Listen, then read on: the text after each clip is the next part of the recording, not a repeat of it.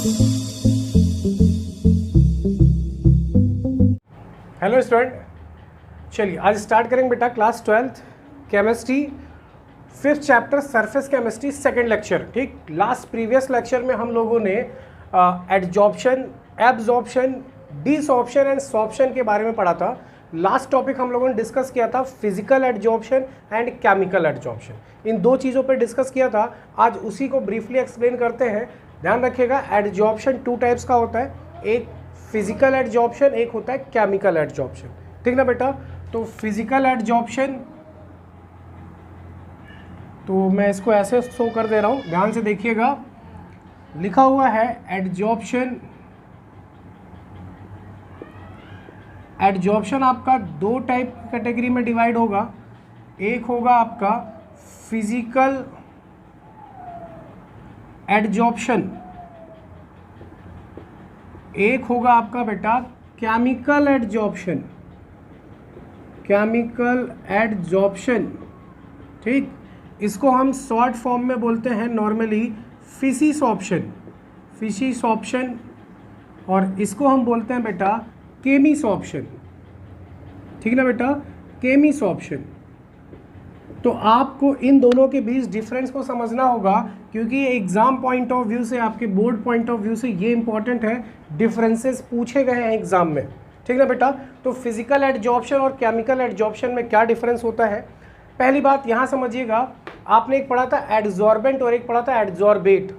ठीक, एडजॉर्बेंट जो होता है वो सॉलिड होता है, एडजॉर्बेट जो होता है वो या तो लिक्विड होगा या तो गैस होगा। अब उसको गैस कंसीडर करके चलिए, तो किसी सॉलिड, ये सॉलिड आपका एडजॉर्बेंट है, इसकी सरफेस पे जो गैस के मॉलिक्यूल एडजॉर्ब होंगे तो उस प्रोसेस को हम बोलते हैं adsorption.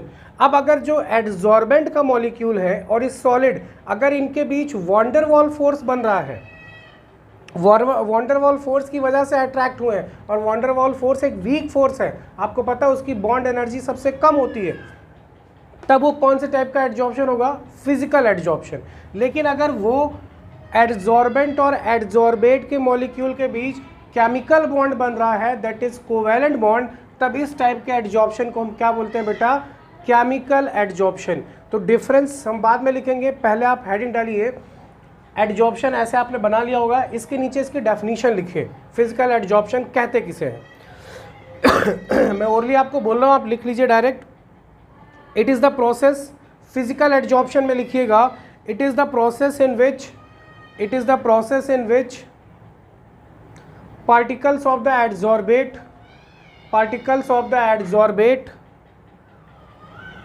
it is the process in which particles of the adsorbate are held to the surface of adsorbent, by physical force such as van der Waal force। Clear ना बेटा?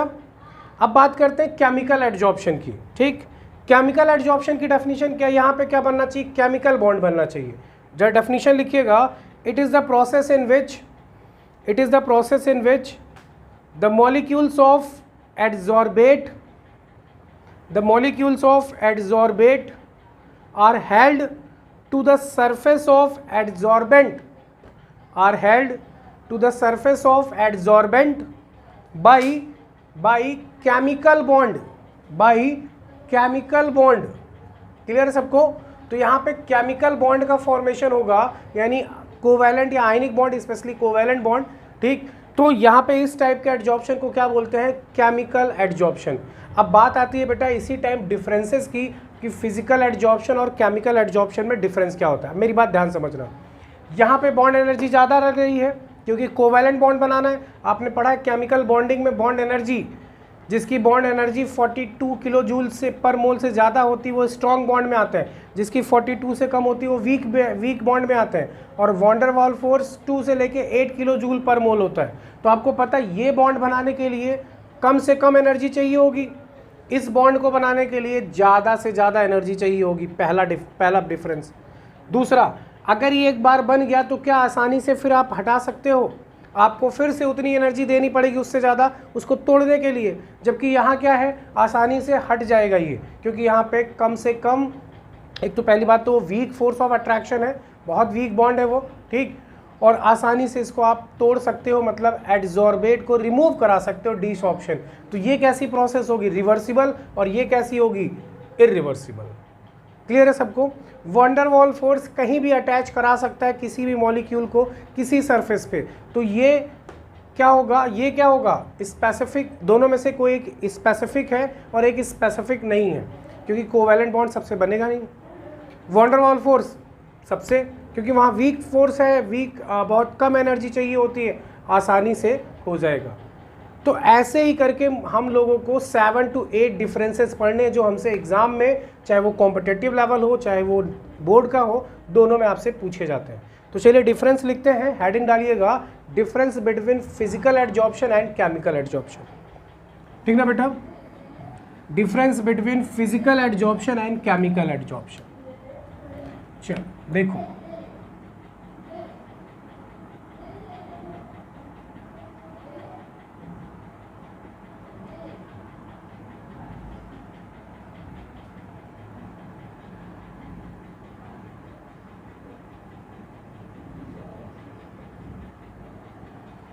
Chemical adsorption and physical adsorption.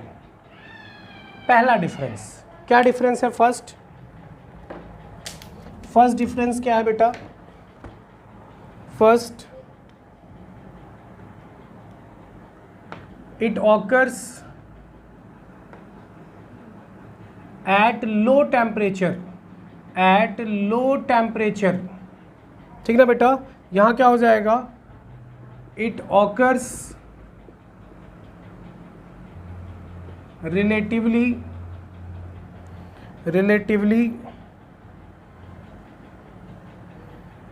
high temperature, ठीक ना बेटा। दूसरा, आपको पता है adsorption कैसी प्रोसेस होती है, एक्सोथर्मिक, वो हीट लॉस करता है जब किसी मॉलिक्यूल्स को अपनी तरफ अट्रैक्ट करता है, अभी डिस्कस करेंगे उस पर भी, ठीक। तो क्या लिखेंगे, heat of adsorption, heat of adsorption, heat of adsorption is low, बहुत कम एनर्जी चाहिए होगी, and is in the range of 20 to 40 kilo joule per mole. ठीक ना बेटा, इतनी एनर्जी चाहिए होगी इस एडजॉर्प्शन को कराने के, मतलब इतनी एनर्जी वो रिलीज करेगा, या इतना हीट उसको रिक्वायर, मतलब एडजॉर्प्शन होने के लिए इतनी हीट रिलीज करेगा बेटा, ठीक। यहाँ क्या होगा, हीट ऑफ एडजॉर्प्शन, यहाँ पे कोवैलेंट बॉन्ड बनाना है, केमिकल बॉन्ड बनाना है, आयनिक या कोवैलेंट, तो heat of adsorption is high and is in the range of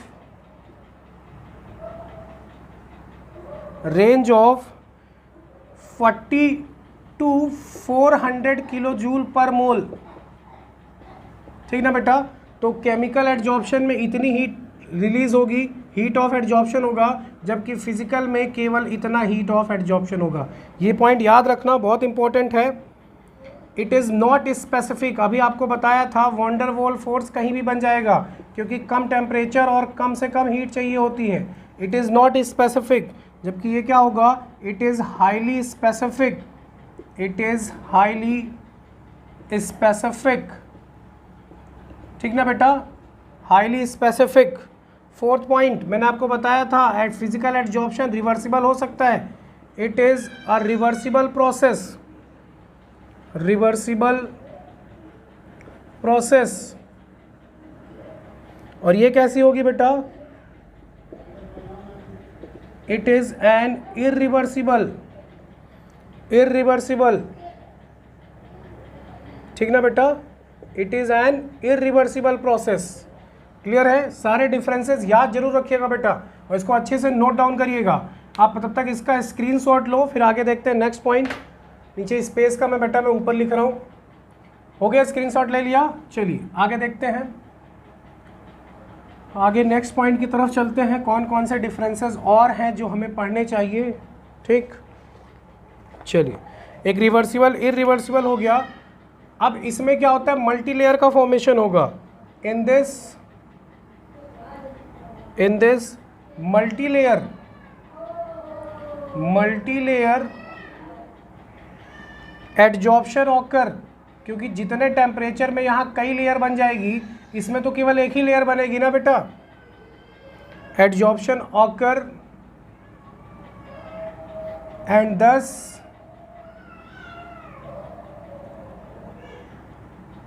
adsorbed layer is several molecule thick। ठीक ना, तो यहाँ पे ध्यान रखना ये मल्टी लेयर फॉर्म करेगा, जबकि ये मोनो एक ही सिंगल लेयर बन पाएगी इसमें। तो यहाँ क्या लिखोगे आप, in this single layer adsorption occur, in this single layer adsorption occurs। ठीक ना बेटा, और काफ़ी ज़्यादा यहाँ पे ओनली यूनिमोलिकुलर बनेगा, आपको ध्यान रखिएगा, ओनली यूनिमोलिकुलर। जितने टेम्परेचर जितनी हीट पे यहाँ कई लेयर बन सकती है, ठीक, मॉलिकुलर, ओनली यूनिमोलिकुलर।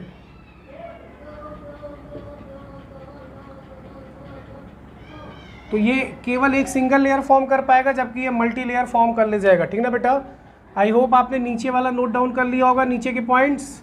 चलिए नेक्स्ट पॉइंट की तरफ चलते हैं। आगे क्या मिलेगा आपको, अब बताओ किसमें एक्टिवेशन एनर्जी ज़्यादा लगेगी, किसमें कम लगेगी, हो सकता है ना लगे। क्या यहाँ पे एक्टिवेशन एनर्जी की रिक्वायरमेंट होगी? एक्टिवेशन एनर्जी पढ़ा था केमिकल काइनेटिक्स में, किसी भी रिएक्टेंट को थ्रेशोल्ड एनर्जी पहुँचाने के लिए या फिर किसी रिएक्टेंट को प्रोडक्ट एक्टिवेटेड कॉम्प्लेक्स तक पहुंचाने के लिए जितनी एनर्जी की रिक्वायरमेंट होती है उसे एक्टिवेशन एनर्जी कहते हैं। तो क्या यहाँ एक्टिवेशन एनर्जी की रिक्वायरमेंट होगी? नहीं, जबकि यहाँ केमिकल बॉन्ड है, यहाँ पे एक्टिवेशन एनर्जी की रिक्वायरमेंट होगी। पॉइंट क्या होगा, नो एप्रिसिएबल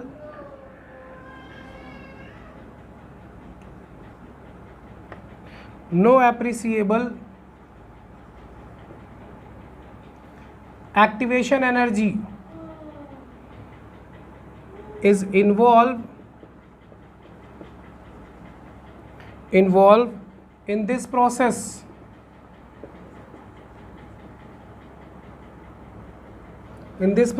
जबकि यहाँ पे क्या होगा बेटा, एक्टिवेशन एनर्जी में be involve in this adsorption process। ठीक ना बेटा, तो ये हो जाएगा। ये कुछ डिफरेंसेस हैं एडजॉर्प्शन, फिजिकल एडजॉर्प्शन और केमिकल एडजॉर्प्शन के बीच, तो इसको अच्छे से नोट डाउन करिएगा। फिर आगे चलते हैं नेक्स्ट पॉइंट की तरफ।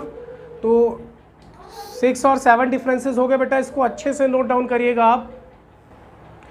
ओके बेटा, चलिए अब नेक्स्ट देखते हैं कौन कौन से फैक्टर हैं जो एडजॉर्प्शन के लिए रिस्पॉन्सिबल होते हैं, एडजॉर्प्शन की रेट को बढ़ा सकते हैं, ठीक, या फिर घटा सकते हैं। ठीक है, कौन कौन से फैक्टर है जिस पे एडजॉर्प्शन डिपेंड करता है, तो हेडिंग डालिएगा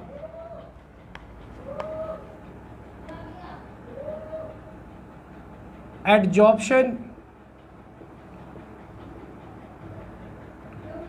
डिपेंड्स अपॉन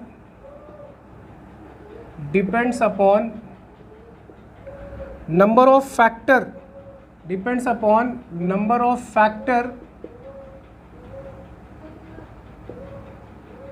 that is, कौन कौन से फैक्टर होंगे बेटा। पहला, फर्स्ट, नेचर ऑफ गैस यानी एडजॉर्बेट। ठीक ना बेटा। दूसरा, नेचर ऑफ सॉलिड यानी आपका कौन सा, एडजॉर्बेंट। तीसरा, सरफेस एरिया सरफेस एरिया। तो ये मेनली 3 फैक्टर होंगे जो रिस्पॉन्सिबल होंगे एडजॉर्प्शन के लिए। एक फैक्टर और है टेम्परेचर, बट आप मेनली 3 फैक्टर पढ़िए। टेम्परेचर यहाँ पे उतना नहीं मायने रखता है, ठीक, उसके लिए हमें अलग से देखना होगा। तो यहाँ पे 3 फैक्टर। फर्स्ट डालिए नेचर ऑफ गैस, कि अगर एडजॉर्बेट जो है उस पर कैसे एडजॉर्प्शन का फैक्टर डिपेंड करता है, कि एडजॉर्प्शन किस गैस के लिए बहुत आसानी से हो जाएगा और किस गैस के लिए आसानी से नहीं हो पाएगा। आई बात समझ में? तो कैसे हो पाएगा ज़रा वो समझना है। तो फर्स्ट डालिए नेचर ऑफ गैस, उसमें मैं आपको ओरली बोल रहा हूँ, आप लिखिए नेचर ऑफ गैस में, लिखिए नेचर ऑफ गैस में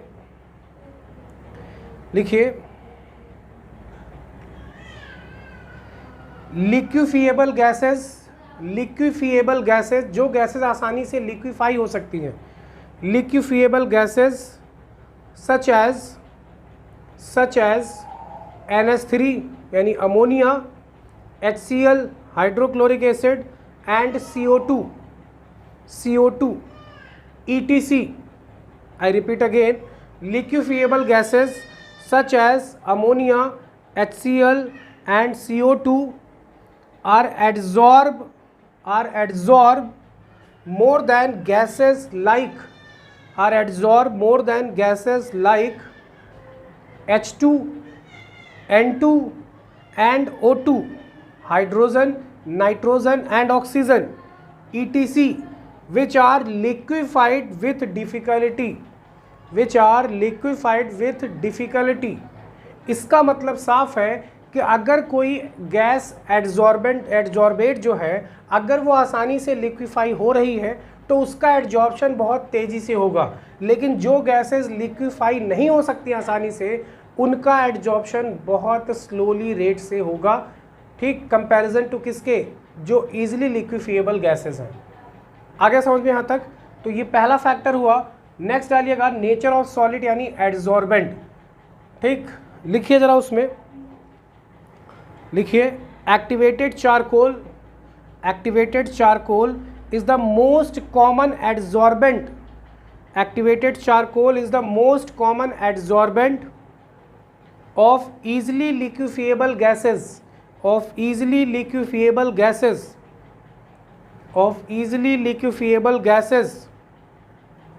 क्लियर है ना बेटा? तो एक्टिवेटेड चारकोल जो होता है वो आसानी से, कह रहा है most common adsorbent of the easily liquefiable gases, जो आसानी से लिक्विफाई गैस हो सकती हैं, उसके लिए जो एक्टिवेटेड चारकोल है एक बहुत अच्छा कॉमन सा एग्जांपल है गुड एडजॉर्बेंट का। कैसे? जरा मेरी बात ध्यान समझिएगा। जो कोल माइंस होती है, कहाँ, जहाँ पे कोयला निकलता है, जब उसको डायनामाइट से उड़ाया जाता है, फिर वहाँ वर्कर अंदर जाते हैं, देखा होगा एक मास्क लगाते हैं स्पेशल टाइप का, आगे इतना बड़ा सा निकला होता है, ठीक, मुझे नाम नहीं याद है उसका स्पेशली नाम क्या होता है, उसमें एक आगे थोड़ा सा कॉलम बड़ा सा बना होता है उनके माउथ और नेक पे। तो जो बना होता है ना, पूरा मास्क लगाते हैं, केवल आंखें देखने के लिए होती है, वो भी शीशा लगा रहता है। कोई भी हार्मफुल गैसेस, क्योंकि कोयले की खानों में मीथेन गैस, जहरीली गैस निकलती है, वो गैस वर्कर के ब्रीथिंग के थ्रू अंदर ना जाने पाए।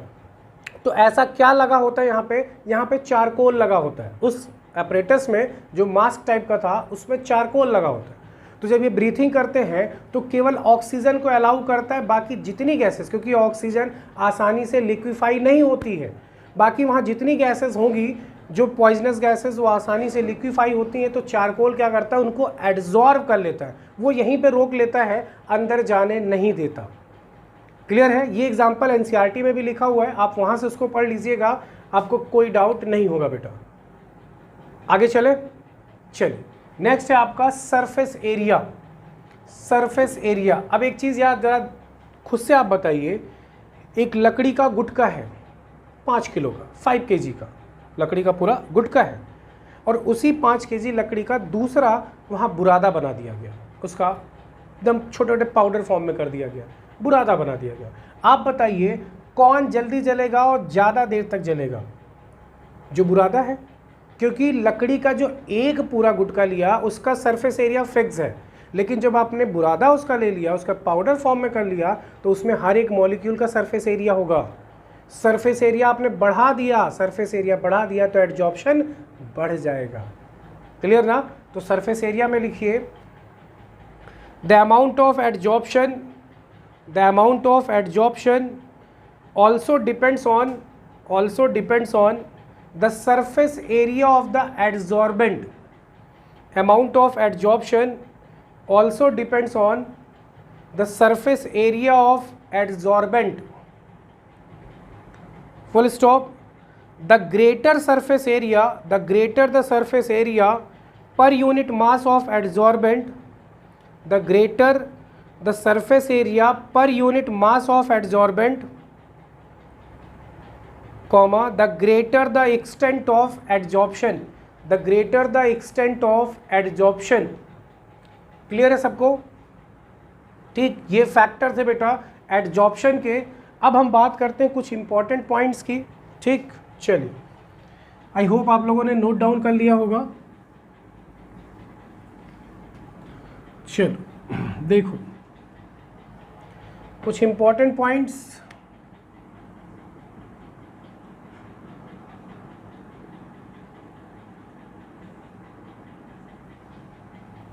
क्या है इंपॉर्टेंट पॉइंट्स? पहली चीज ध्यान रखना, जब कोई सॉलिड की सरफेस पे कोई गैस मॉलिक्यूल एड्जॉर्ब होता है तो वो एड्जॉर्बेंट क्या करता है? हीट लॉस करता है। इसका मतलब वो कैसी प्रोसेस हुई? एक्सोथर्मिक। याद रखना, फिजिकल एड्जॉर्प्शन हो chemical adsorption, both are exothermic process.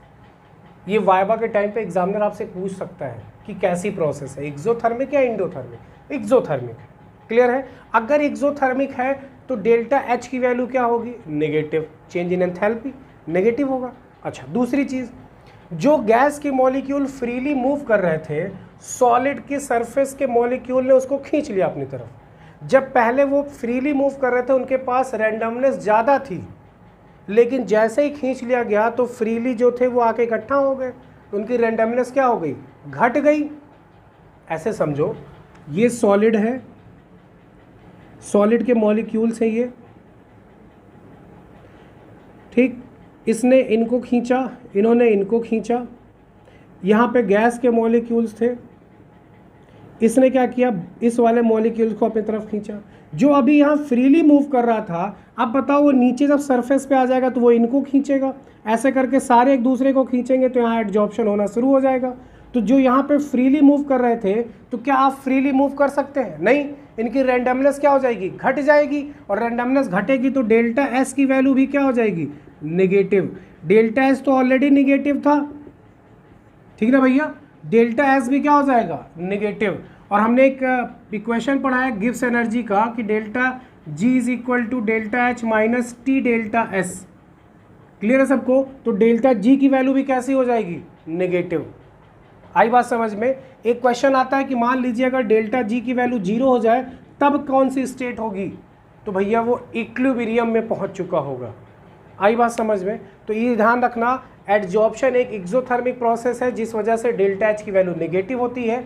Delta S की वैल्यू नेगेटिव हो जाती है क्योंकि रैंडमनेस घट जाती है, चेंज इन एंट्रोपी रिड्यूस हो जाती है, इसलिए उसकी वैल्यू नेगेटिव है। डेल्टा जी की वैल्यू इसी वजह से नेगेटिव हो जाती है, इक्वेशन की वजह से। और अगर डेल्टा जी की वैल्यू 0 आएगी तो कंडीशन कौन सी होगी? इक्विलिब्रियम की। क्लियर है? इस पॉइंट को रिटर्न में लिख के देखते हैं बेटा। रक्षा समझ में आ गया बेटा? चलिए, क्या है पॉइंट्स वो जरा लिखते हैं। देखो, point number first, adsorption is an exothermic process, is an exothermic process. दूसरा, delta H negative, value of delta H is negative. ठीक ना बेटा? क्लियर है? और रैंडमनेस भी क्या होगी? Decrease. Randomness decreases, so delta s is also negative। Delta S की वैल्यू भी कैसी हो जाएगी बेटा? निगेटिव हो जाएगी। तो now according to Gibbs Helmholtz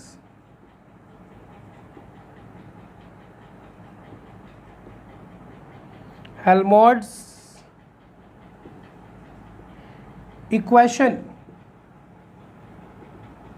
delta G is equal to क्या हो जाएगा, delta H minus T delta S. Clear है सबको बेटा, ये मिल जाएगा आपको। और अगर when delta G is equal to 0 then this state is called adsorption equilibrium. क्या बोलेंगे बेटा, एडजॉर्प्शन इक्विलिब्रियम। आई बात समझ में? तो ये चीज ध्यान रखना, डेल्टा एच की वैल्यू 0 होने पर ऐसा मिलेगा। और आपने ये पढ़ा है कि ये डेल्टा जी निगेटिव किसके लिए होता है, स्पॉन्टेनियस प्रोसेस के लिए। इलेक्ट्रोकेमिस्ट्री में आपने पढ़ा था galvanic cell, electrolytic cell. Galvanic cell spontaneous process, जबकि इलेक्ट्रोलिटिक नॉन स्पॉन्टेनियस। और स्पॉन्टेनियस में डेल्टा जी की वैल्यू निगेटिव होती है, हमने पढ़ा था। याद आया कुछ? ये वही है बेटा। क्लियर है? इसको नोट डाउन करिए, आगे चलते हैं।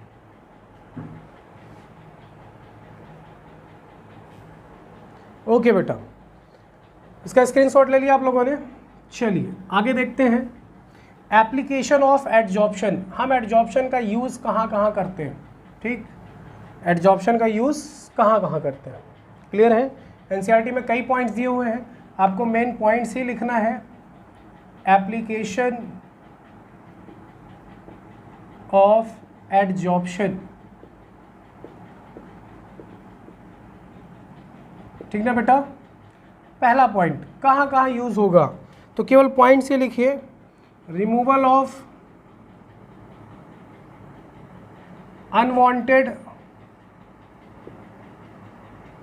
अनवांटेड गैसेस और वेपर,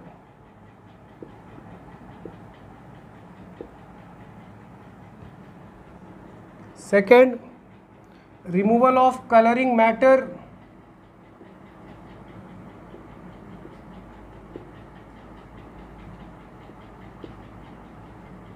थर्ड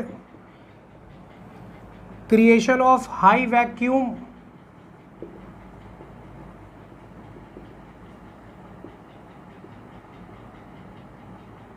फोर्थ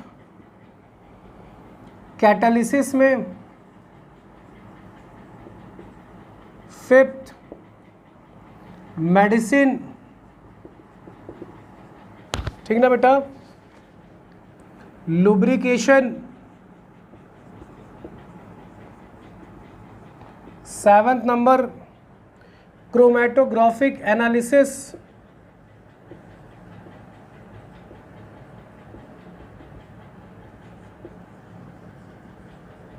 क्लियर है सबको? And last recovery of products. ये इतने पॉइंट्स हैं एप्लीकेशन ऑफ एडजॉर्प्शन के, जो आपको नोट डाउन करना चाहिए। ठीक, इसमें से कोई भी पॉइंट्स आप एग्जाम में लिख सकते हो अगर आपसे एप्लीकेशन ऑफ एडजॉर्प्शन पूछा जाता है तो। ठीक बेटा, इसके बाद हमारे पास हेडिंग होगी एडजॉर्प्शन आइसोथर्म। ठीक, उसमें एक फ्रेडुलिक नाम के पर्सन थे, उनके अकॉर्डिंग हमें पढ़ना होगा एडजॉर्प्शन आइसोथर्म। आइसोथर्म कंडीशन क्या होती है, जब टेम्परेचर कांस्टेंट हो। आइसोथर्म मतलब जब टेम्परेचर कांस्टेंट हो। तो इस लेक्चर में पहले आप ये कवर कर लीजिए, ठीक, यहाँ तक। नेक्स्ट जो लेक्चर होगा वो आपको नेक्स्ट कल ही मिलेगा बेटा। आज के लिए ये लेक्चर है, कम टाइम का है। ठीक, आज अभी वैक्सीन लगी, दैट्स वाई बॉडी में पेन ज़्यादा है, उसके लिए क्षमा चाहता हूँ बेटा। कल भी क्योंकि कल ही वैक्सीन लगी थी तो अभी तक वो रिकवर नहीं हो पाया है रक्षा बेटा, इसी वजह से थोड़ा लेट हुआ। बट फाइनली कल आपको इसका मोर देन 1 आवर लेक्चर आपको मिलेगा। मैक्सिमम पोर्शन इसका कवर करेंगे, पूरी कोशिश यही है बेटा आपको ज़्यादा से ज़्यादा इसमें मिल जाए और इवन संडे तक आपका ये चैप्टर फुल्ली कवर्ड हो जाए। क्लियर ना? कोशिश पूरी है बेटा और उम्मीद भी है कि हम कर ले जाएंगे। तो अभी के लिए, आज के लिए यहाँ तक पढ़ लीजिए। ठीक, इसको कवर कर लीजिए, यहाँ तक लिख लीजिए। इससे related question seat already prepare है, केवल आपको सेंड करनी है। लेकिन कुछ टॉपिक्स अभी उसमें ऐसे हैं जो नहीं आपने पढ़े हैं, वो कवर होने के बाद सारी सीट्स, ऑब्जेक्टिव क्वेश्चंस, नीट के क्वेश्चन सब आपको सेंड कर दिए जाएंगे। क्लियर ना? तो पहले यहाँ तक नोट डाउन करिए। दूसरी चीज़, इसमें हम नेक्स्ट टॉपिक पढ़ेंगे एडजॉर्प्शन, आइसोथर्म और कैटालिसिस। कैटालिसिस फुल्ली कवर करके रखेंगे उसको, और उसके बाद जो लेक्चर होगा कोलाइडल स्टेट यानी कोलाइडल सॉल्यूशन, जिसको फुल्ली एक लेक्चर में कंप्लीट करने की कोशिश की जाएगी, जिससे आपका चैप्टर 90% कवर हो जाएगा। क्लियर है बेटा? तो मिलते हैं नेक्स्ट लेक्चर में। यहाँ तक अच्छे से नोट डाउन करिएगा, और आपका जो भी निगेटिव पॉजिटिव रिस्पॉन्स होता है बेटा ज़रूर शो करिएगा। तब तक के लिए थैंक यू बेटा।